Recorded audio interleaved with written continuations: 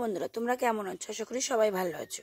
তো আজকে তোমাদের সঙ্গে একটুখানি প্র্যাকটিকাম শেয়ার করবো, সেটা হচ্ছে 1.4 ইপিসি 4 এর একটা প্র্যাকটিকাম হচ্ছে inspirational clip finding and understanding meaning behind that. এই প্র্যাকটিকামটা তোমাদের সঙ্গে শেয়ার করব আমি কিভাবে করেছি সেটা। তো চলো, এরকম একটা ফ্রন্ট পেজ দিয়ে দেবে প্রথমে, আর যেটাতে তোমার roll number, university roll number লিখে নেবে। তারপরে এরকম একটা পেজ দেবে, টপিক নেমের একটা পেজ দেবে। তারপরে এখানে দিয়েছি হচ্ছে সার্টিফিকেট পেজ। তো তারপরে এখানে নিতে হবে কৃতজ্ঞতা শিক্ষা। তারপরে এখানে দিতে হবে একটা সূচিপত্র। তারপরে শুরু হচ্ছে মেইন প্র্যাকটিকাম, এখানে ভূমিকা। এখানে হচ্ছে প্র্যাকটিকামটির উদ্দেশ্য দিতে হবে, প্র্যাকটিকামটি শুরু। আর প্রথমে হচ্ছে লিখছি আমি চাণক্য। চাণক্যর প্রথমে এখানে জীবনী লিখে দিয়েছি আমি। তারপরে চাণক্যর একটা বিখ্যাত উক্তি, তারপরে এই উক্তিটির মর্মার্থ এখানে ভালো করে আমি লিখে দিই। এটা হচ্ছে 2 নম্বর উক্তি, এখানে 2 নম্বর উক্তি দিয়ে দিয়েছি, 2 নম্বর মর্মার্থটা দিয়ে দিয়েছি। এটাতে 3 নম্বর উক্তি, 3 নম্বর উক্তির মর্মার্থ। মানে এইভাবে 3টে উক্তি সহ মর্মার্থ দিতে হবে, বা 3টে উক্তিরই 3টে শিক্ষাগত তাৎপর্য দিতে হবে।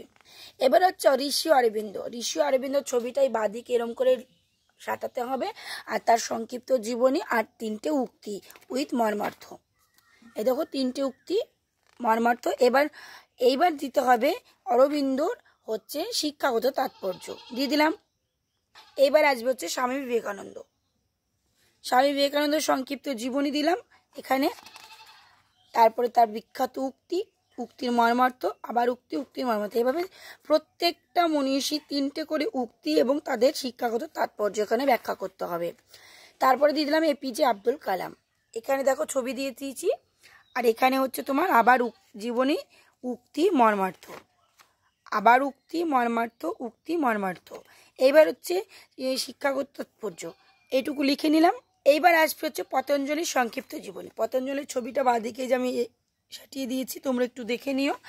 আর আমি এখানে 1-2 মিনিটের মধ্যেই ভিডিওটা শেষ করতে চাইছি, ওই জন্য একটু স্পিডে দেখো। সেম প্রসেসে প্রত্যেকের উক্তি এবং উক্তির তাৎপর্য এখানে ব্যাখ্যা করতে হবে।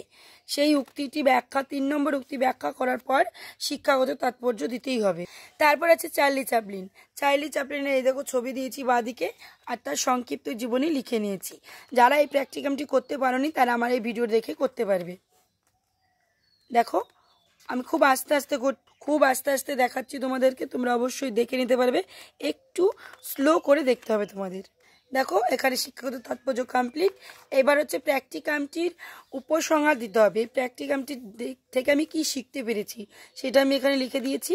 তারপর হচ্ছে গ্রন্থপুঞ্জ, আমি এই প্র্যাকটিকামটি করার জন্য কার সাহায্য নিয়েছি, কোন বই, কোন ওয়েবসাইটের সাহায্য নিয়েছি সেটা লিখে দিয়েছি। তো থ্যাংক ইউ। আমার এই প্র্যাকটিকামটা যদি তোমাদের ভালো লেগে থাকে তাহলে লাইক, কমেন্ট, শেয়ার অবশ্যই করে দিও। আশা করছি তোমাদের খুব উপকারে আসবে। তো চলো, টাটা।